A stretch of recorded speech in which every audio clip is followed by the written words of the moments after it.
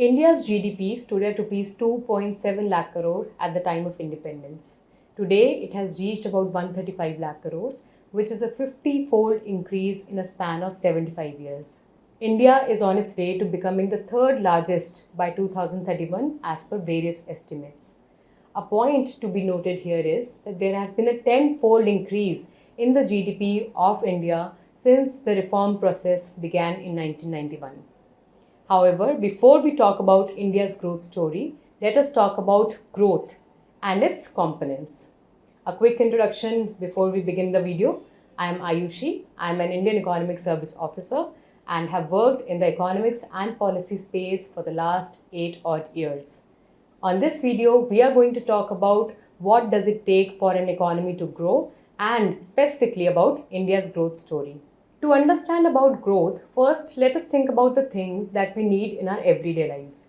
We require good health, a place to live, access to good education, nutrition, social connection, respect, some peace and human rights. So a healthy environment is what we require to live a meaningful life, and this is what we care about. However, to access all these, we require particular goods and services. For example, we would require hospitals with doctors and nurses, a house with water and electricity, good roads, schools with teachers, food, clothing, and so on and so forth. So the quantity and quality of these goods and services determines the economic status of any country. Economic growth, as per the most widely accepted definition, is an increase in the value of goods and services produced in a country over a period of time. Let us understand how is economic growth measured. There is a lot of debate around this particular topic and we can discuss the two sides of the debate in detail later. However, in common practice across the globe, economic growth is measured by an increase in the GDP of the country. GDP stands for Gross Domestic Product. GDP basically is the combined value of all the goods and services produced within a country in a year. I have made a separate video about GDP and how it is calculated. If you haven't already watched it, then you can watch the video linked at the top to understand the concept better. So there can be multiple factors contributing to economic growth of the nation, and there is no single factor as such. The major 5 pillars which can said to be contributing to the growth of any nation are: first, human resources. And this is one of the most important determinants for the economic growth of a country. Human resources basically indicates the individuals who are working for the progress of the nation, individuals like you and I. The quality of the human resources, which means the skills, creative abilities, training and education. And the quantity of human resources, that is the number of available human resources, can directly affect the growth of any economy. If the human resource of a country is well skilled and trained, then the output would also be of high quality. On the other hand, a shortage of skilled labor and a low quality human labor hampers the growth of any economy. Just look at any developed economy, for example, US, Singapore, UK. All these economies could develop because of highly skilled human resources. The second major pillar is natural resources, which include oil, natural gas, metals, non-metals, minerals. Now, countries with plenty of natural resources enjoy better growth than countries with small amounts of natural resources. This is because if there is abundant of natural resource in the country, that country can easily export these resources in order to gain currency. For example, UAE exports oil in order to ensure the growth of its nation. The efficient utilization or exploitation of natural resource depends on the skills and abilities of the people who are working there, the technology that is used there, and the availability of funds. Countries such as Saudi Arabia, which have natural resource like oil, they have higher per capita income and therefore their economic growth is very high. Similarly, Japan, it has a very small geographical area and it may have very few natural resources, but it has been able to achieve high growth rate because of its efficient human resources and advanced technology. The third major pillar is capital formation, which involves land, building, machinery, power, transportation, and medium of communication. Now, if a country is producing and investing in all these assets, it is termed as capital formation. The fourth aspect is technological development. Now, technological development helps in increasing the productivity of individuals with the limited amount of resources the country might have. Countries that have worked in the field of technological development grow rapidly as compared to other countries that have less focus on technological development. And this is an example you can see in any of the developed economies in today's world. The fifth factor, which is not emphasized on much but is extremely crucial, is social and political factors. Social factors could include customs, traditions, the superstitious beliefs that are there in a country. Political factors includes the participation of the government and the community in general in the formulation as well as implementation of various economic policies. And while these are the major pillars for the growth of any economy, the expenditure on these come from four major sources.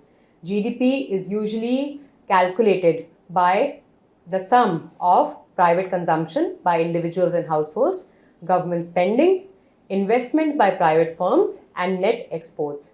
The identity is GDP is equal to C plus I plus G plus net exports. And this is something which you will find in any standard economics textbook.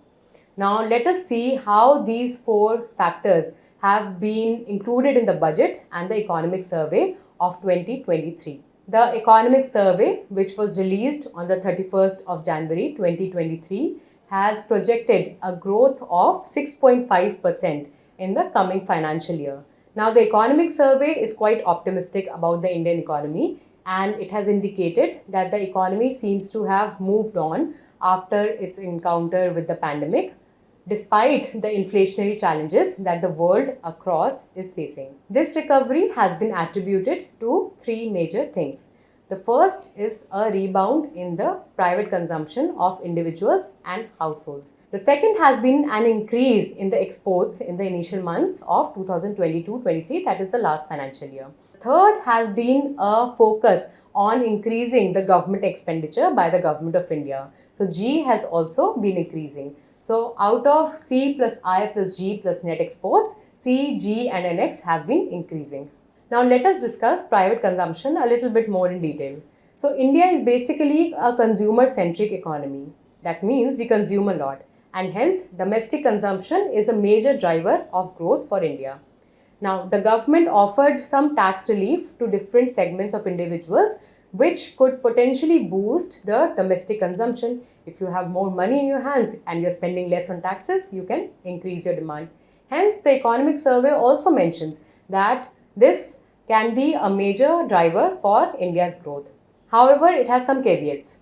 Now, if consumption increases, it is a good thing because you're consuming more, you're demanding more, production will increase, companies will start producing more for you, and hence the overall goods and services that are produced in the economy increases, contributing to increase in GDP. So overall, it is a good thing. In case there is a fear of recession, then people might start saving more. If they're saving more, that means that they're not consuming as much as they could have. And hence, that means that there will be a fall in demand, production will fall, and hence that might not actually lead to an increase in GDP. So, private consumption can be a very, very dicey factor in increasing the GDP of the country. There is also seen to be a K-shaped recovery. Now, K-shaped recovery means that there is a certain segment of the population which has benefited from India's growth, and despite the pandemic, despite any inflationary tendencies, they have actually risen and increased their per capita income. However, there is a segment of the population which has been suffering, and this is usually the poor segment of our population.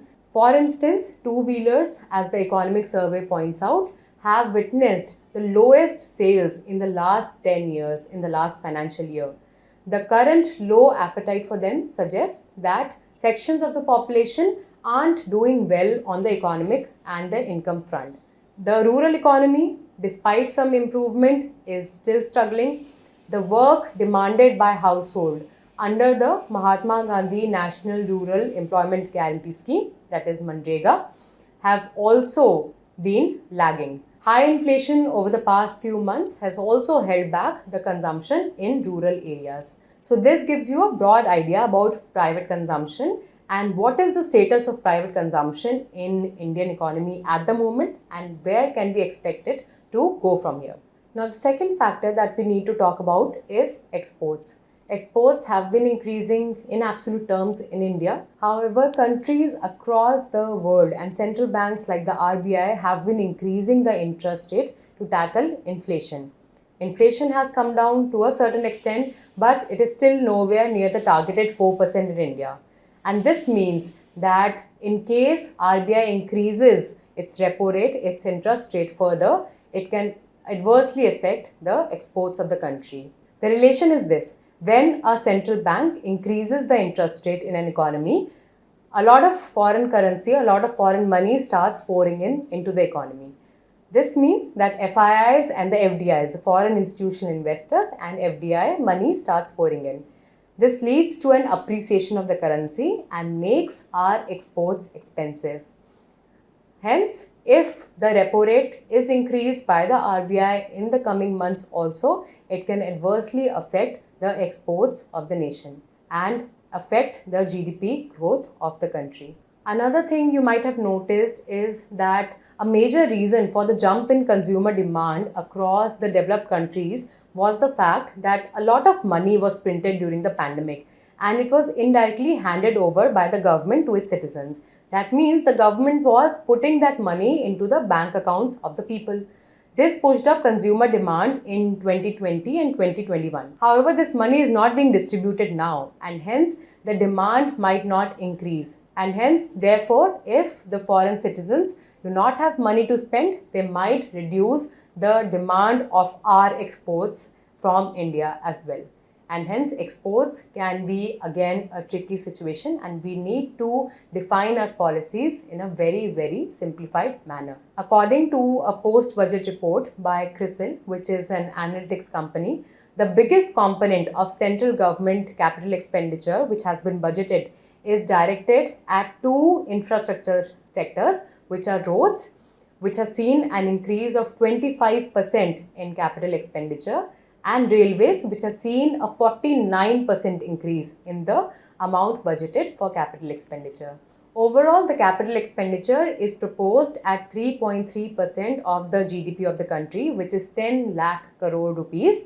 Just to put it into context, this is 3 times of what was allocated for capital expenditure in fiscal year 2019-20. So the priority of Indian government is quite clear and the policy response to the economic slowdown which has been caused because of the pandemic, because of the UK-Russia crisis and the inflationary pressures has been to focus on public expenditure. To conclude, there are 5 major pillars which contribute to the growth of any economy, which are human resources, natural resources, capital expenditure, technological development, and social and political factors. In India, the focus is on increasing the private consumption of individuals and households, government expenditure on capital formation, as well as on increasing the net exports. In case we are able to formulate adequate policy responses, as well as implement those policies in a very effective manner, we are going to see higher growth for India. And this will be India's growth story in formation. If you enjoyed this video, then do press the like button. Please let me know if you would like me to make videos on topics of your preference and I would be happy to do so.